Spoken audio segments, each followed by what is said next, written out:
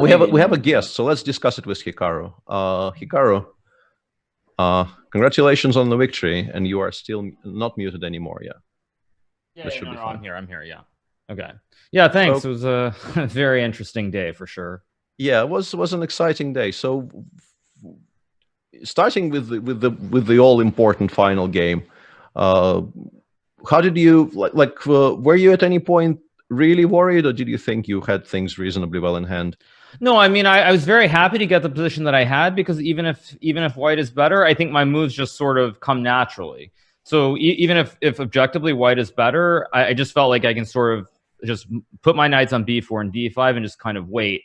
As opposed to, say, Magnus asking a lot of questions, where with 1 minute less on the clock, I have to sort of figure it out. So I guess the way I viewed it was I was quite happy that I got this sort of position, because even if it's bad, I just play the game. And I think even by like move 25, move 30, I was already close to even on the clock. So I felt that more, a little bit less objectivity and just a position that I could play was more important in this sort of situation. Hikaru, was it a general strategy to try and get to Armageddon today, or did you just did you feel like you were going to be the favorite in an Armageddon situation, or what was your strategy? Because yesterday you were really on point. You played magnificently. Started off today as well. Yeah, I mean, I guess what I would say is I think when you start off ahead in the match, like when I won the second game especially, then you have to really think about it. But Magnus, of course, came back and played very well in game 3. So I don't think I was specifically thinking about it, but of course, I think if you get to Armageddon, anything can happen. And I just felt that I think it's 50-50, honestly. I think it's basically 50-50 there, when I pick black. But I felt that, unlike, say, some of the... I'll give you an example. So the Armageddon game against Fabiano specifically, Fabiano played something very sharp. Objectively, I think I was completely fine, but it was very messy. It was hard to play, and I couldn't come up with the moves with 1 minute less on the clock, whereas in this game I could. So I think it really just depends on what sort of position you get. And I think the position I got was very favorable considering the situation.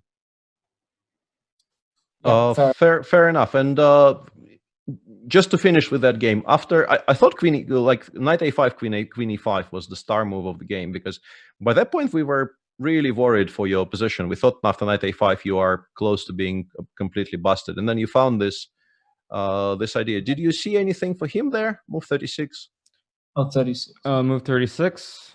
No, I mean, I was just playing on field base. I was just playing on intuition, trying to be really fast, because I wasn't really calculating much. I just kind of played moves that looked natural. Yeah, that actually makes queen e5 even more spectacular, because if knight c6 works, your position just completely collapses, and it does seem like this creates a lot of issues for white.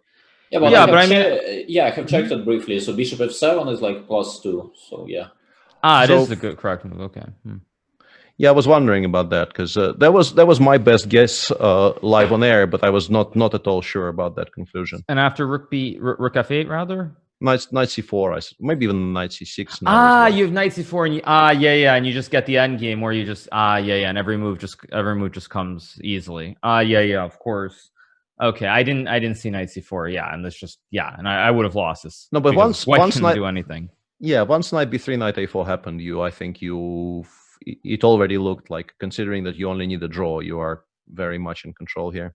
Right, and then I mean, I didn't see that I had this check for quite a while. I was looking like all kinds of other moves, and finally I saw knight b2, rook b4, queen e1, and then I realized, okay, of course I can just take the bishop. So I mean, it was kind of nice that Magnus made this blunder, and it didn't get down to some kind of scramble at the end where we both had like 10 seconds on the clock. But I mean, I'm pretty happy with the result, of course. I kind of wish I hadn't had the third game, but it is what it is, and a win is still a win. The first game was a bit of a non-event, but the second game, we were kind of wondering, you probably had it all on file until knight c7, right? Pretty much. Well, I mean, he's supposed to go rook c8, of course, instead of... rook d8, yeah. No, go back. No, after knight c3? Instead of knight b2, yeah. Yeah, I mean, rook c8 is just Fabiano on niche, if I'm not mistaken. So yeah, you are correct, yeah. Yeah, so I knew this was nothing, but the thing was, Magnus was using so much time to get to this point that I had a feeling that I would get chances to win. And I felt that in general, he was too slow. I felt especially yesterday and today he was just too slow on the clock, and I'm not sure why, but it just seemed that the flow of the moves, it just feels a little bit off in terms of the timing, and that cost him this game in particular. Yeah, because even that endgame all the way to rook e8 knight c7 is apparently probably still a draw if he doesn't play rook d8. At least the machine, I think. Oh, really? Okay. Yeah, but I mean, already at this point, the thing is, Magnus had what, like a minute or less than a minute, I think, already at this point. So it's very hard. Yeah. No, in practical terms, you're a huge favorite to win this, of course. Yeah, because of the clock situation. Mm-hmm. Because one mistake and you're done pretty much, and rook d8 was that one mistake. Right. I assumed it's always a draw, but again, with what did I have, like 13 minutes against like 1 minute? I felt there would always be practical chances, and luckily Magnus did not play this correctly, and yeah, it's got that win, which I think was very important. Yeah, and game 3 didn't really work out all that well. Yeah. Yeah, I mean, I'm not sure how much I'll say about it, but I mean, even in game 3, though, to give you an example how I think Magnus was off, like this whole position where he played bishop f7, like we don't need to look at the opening, but if you go to move 22, like after I blunder and it's lost, like even here, Magnus was a little bit off, because I thought bishop takes f7 was completely unnatural, or not unnatural, but unnecessary. I thought, isn't knight g6 just game over? Oh, knight g6. Oh no, wait, we didn't see knight g6, but. No, knight g6 you can take. I thought there was some discovery. No, knight f7 wins. Yeah, knight f7 wins on the spot. Bishop g3, both knight e5 and knight g6 just win on the spot. Right. And so the point I was going to make is that even in this game, Magnus was a little bit off, because he clearly did not see that I could just go king h8. I mean, he's lucky as this queen h5, bishop g6, and it still is quite easy. But I think even here, the fact that he was just, I mean, when I saw him on the webcam, he seemed a little bit off. Like I think. In general, I just got the sense that he wasn't completely feeling it, and so I think that gave me a lot of confidence as well throughout. All right, that probably covers today. What are you feeling about the final? We've had Daniel here commentating games 3 and 4. Well, first of all, what is the format? Is it 3 matches or 1 match? I think it's 3. I'm fairly sure 3 still. It's still 3. Yeah. Okay. I wasn't sure, because when I looked online, it wasn't completely clear to me. Okay. All right. So yeah, I guess what I would say is that it's going to take me a bit to get over this. Probably like in 5-6 hours, I'll start thinking about playing against Daniil. Obviously, Daniil is a very strong rapid player. Had a very, very easy match. I guess I can't think of a better word to describe his win over Ding. So I'm just looking forward to playing him and playing some good chess, and I'll worry about it in a couple hours once this victory has sunk in. Well, congratulations. We do have a question for you, Hikaru. I believe it is you get to choose colors in game 1, match 1 versus. Yeah, same as always. Black. Black in the first. Okay, there you heard it.